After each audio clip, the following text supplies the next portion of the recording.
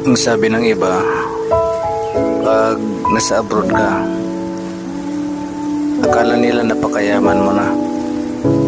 Akala nila automatic yung pera na hindi mo na paghihirapan kapag nasa abroad ka. Napakalayo ang kanilang mga pag-iisip. Malayong malayo. Hindi nila alam na sa kabila ng lahat malungkot, akala nila na ay pag nasa ibang bansa ka masaya, kumbaga easy money. Hindi nila maiisipin kahit ano pang sabihin mo sa kanila, hindi nila maunawaan yun.